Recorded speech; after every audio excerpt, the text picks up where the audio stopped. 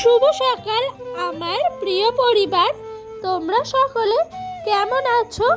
আশা করছি যে যেখান থেকে আমার ব্লগটা দেখছো সকলে ভালো আছো।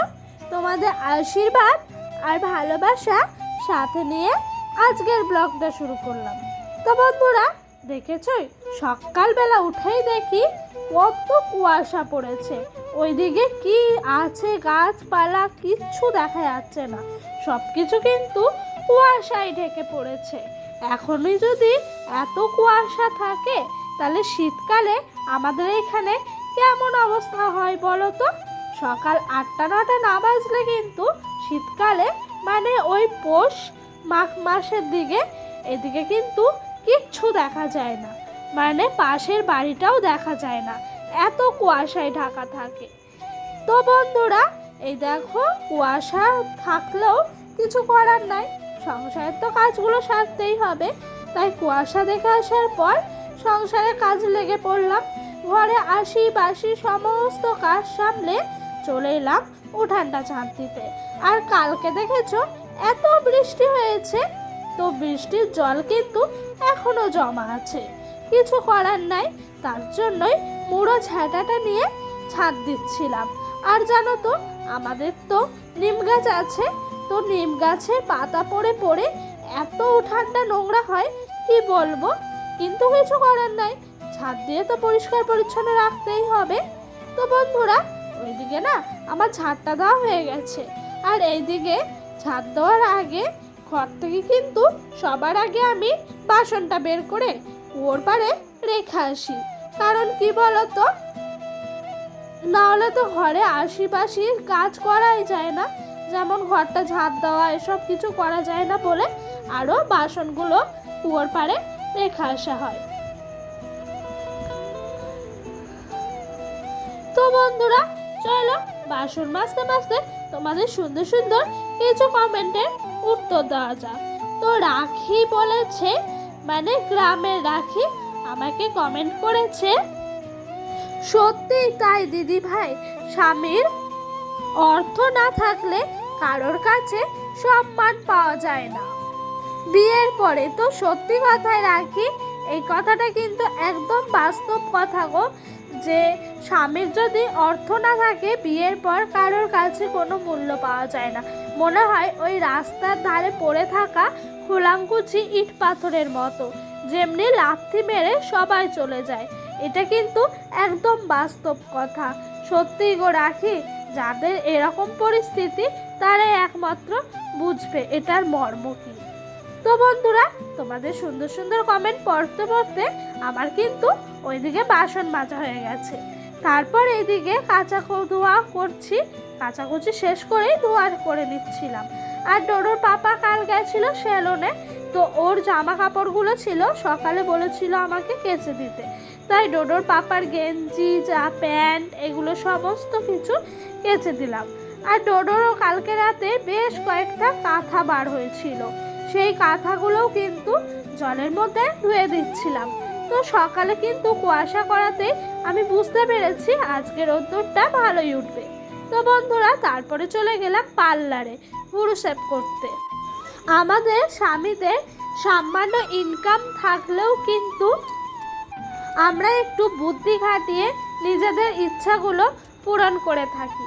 কি করব বলো, সাধারণ ঘরের গৃহবধূদের কিন্তু এরকমই ইচ্ছা থাকে যে পুজোর আগে একটু পার্লারে যাব। সারা বছর কিন্তু আমাদের কেয়ারই করা হয় না, রূপচর্চা তো করাই হয় না। তো পুজোর আগে মনে হয় যে একটু ভুরু শেভ আর একটু চুল কাটতে পারলেই অনেক খুশি। ওই খুশিটা নিয়েই কিন্তু আমরা একটা বছর কাটিয়ে দিই।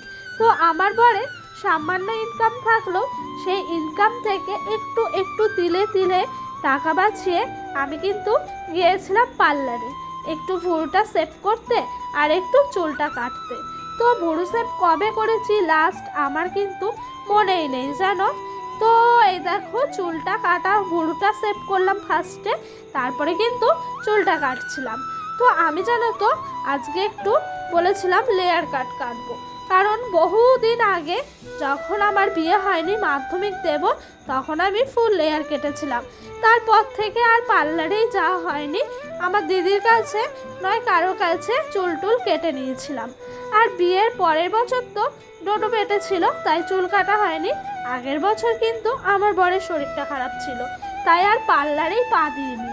শরীর খারাপ বলে তোমার একটা শাড়ি নিয়েই শেষ করে দিয়েছিলাম ইচ্ছাটাকে।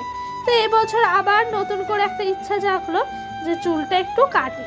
তো চুলটা গেলাম কাটতে। তো সামনে তো তোমাদের বললামই লেয়ার কাট দিয়েছি, তো পেছনে দিয়েছি রাউন্ড কাট। একটু কম খরচার মধ্যে কিন্তু করে ফেললাম, একটু বুদ্ধি খাটিয়েই করেছি জানো তো বন্ধুরা। তো তারপর বাড়ি এসে ডোডোকে খাওয়ালাম, আমিও একটু খেয়ে নিলাম, তারপরে কচুর শাক কাটতে এলাম। তো তোমাদেরকে আগের ব্লগে মানে কালকের ব্লগে কিন্তু আমি বলেছিলাম যে আমাদের শ্বশুরমশাই বাড়িরই কচু কিছু তুলে রেখেছেন, তো সেগুলোই একটু চটপট করে কেটে কুটে নিলাম। আর ওইদিকে রান্না বসাতে গেল আমার শাশুড়ি মা আজকে। তো ডোডোর পাপা দেখো ঘুগনি নিয়ে এসছে 2 প্লেট, আমরা 4 জন মানুষ কিন্তু 2 প্লেট এনেছে, একটা আমার শ্বশুর শাশুড়ির আর একটা আমাদের জন্য। তো এখান থেকে ডোডো একবার ও দাদু ঠাম্মার কাছে খাচ্ছিল আর একবার আমাদের কাছ থেকে খাচ্ছিল। এভাবেই কিন্তু আমরা মিলে মিশে সংসারটাকে বুদ্ধি করেও অল্প ইনকামের মধ্যে চলি। তো বন্ধুরা ঘুগনি খাওয়া শেষ হয়ে গেল।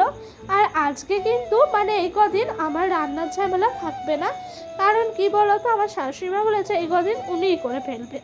তো রান্নার ঝামেলা নাই বলে সমস্ত জামা কাপড়গুলো তুলে আনলাম, তুলে এনে একটু ভাঁজ করে নিচ্ছিলাম।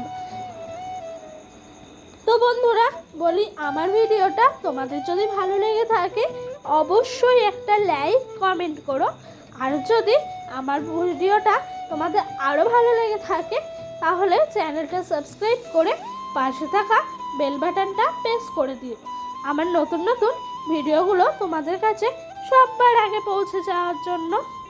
তো বন্ধুরা ওই দেখো এদিকে শাশুড়িমাই রান্না করছিলেন, তো উনিকে বললাম আমি একটু যে স্নানটা করে নেন গা, আমি কচুর শাকটা লাস্ট ফিনিশিংটা করে নামিয়ে নেব। তো কচুর শাকটা যেন অসাধারণ খেতে হয়েছিল আজকে। গাছের কচুর শাক মানে নিজের বাড়ির, এই যে কচু গাছগুলো দেখছো না এগুলোর থেকেই আমার শ্বশুরমশাই একটা কচু গাছ কেটে ওটাকেই আমরা রান্না করেছি। সত্যি খেতে কিন্তু অসাধারণ হয়েছিল। তো ওইদিকে রান্নাবান্না পর্ব শেষ করে চলে এলাম বাসন মাজতে, কালি কড়াই। তো কিছু করার নাই, বিয়ের আগে তো কালি দেখলে 10 হাত দূরে যেতাম, আর এখন কালিটাই আমার নিত্যদিনের সঙ্গী হয়ে দাঁড়িয়েছে। কিছু করার নাই, নিজের জীবনটাকে মেনে নিয়ে জীবনের লক্ষ্যে পূরণ করার জন্য চলতে হবে। তো বন্ধুরা ওই দেখো কালিটা কিন্তু কড়াই থেকে তুলে নিয়েছি, আর মা শাশুড়ি মা একটু সার্ফ আর ছাই দিয়ে কড়াইটা বুলিয়ে রাখে, তারপরে কিন্তু মাজা ধোয়া করতে সুবিধা হয়। তো একটু ঘষা দিলে জল দিয়ে কালিটা উঠে যায়, তারপরে কিন্তু আমি বালি তারপর বাসন মাজার সাবান দিয়ে একটু ভালো করে তারের ছপরা দিয়ে ঘষি, তারপরে কিন্তু কালিটা উঠে যায়। আর ডোডোর পাপা ওইদিকে বলছে এত সুন্দর হেয়ার কাটিং করে এসে কালি ধরছো। আমি বলছি এটাই তো আমার নিত্যদিনের সঙ্গী, আমি যতই স্মার্টভাবে চলি বা চুল কাটি যাই করি না কেন এটা তো আমার কাজ, আমাকে করতেই হবে। তো ওইদিকে কড়াই মেজে রান্নার বাসনগুলো মেজে নিয়ে এদিকে চলে এলাম ডোডোর পাপাকে ভাত দিতে। আর জানো তো বন্ধুরা আমি এখন রাতের বেলা ভয়েস ওভার দিচ্ছি, আমার যেন কচুর শাকটা দেখে এখনও জিভ দিয়ে লাল পড়ছে। কচুর শাকটা এত টেস্টি হয়েছিল খেতে, সত্যি গো অসাধারণ হয়েছে। আজকে ডোডোর পাপাকে তো এই কচুর শাক দিয়েই ভাত খাওয়া হয়ে গেছে, ও তো মাছের ঝোল পাতে নেবেই না বলছিল, আমি জোর করে একটু দিলাম জানো। তো আজকের ব্লগটা এই পর্যন্ত।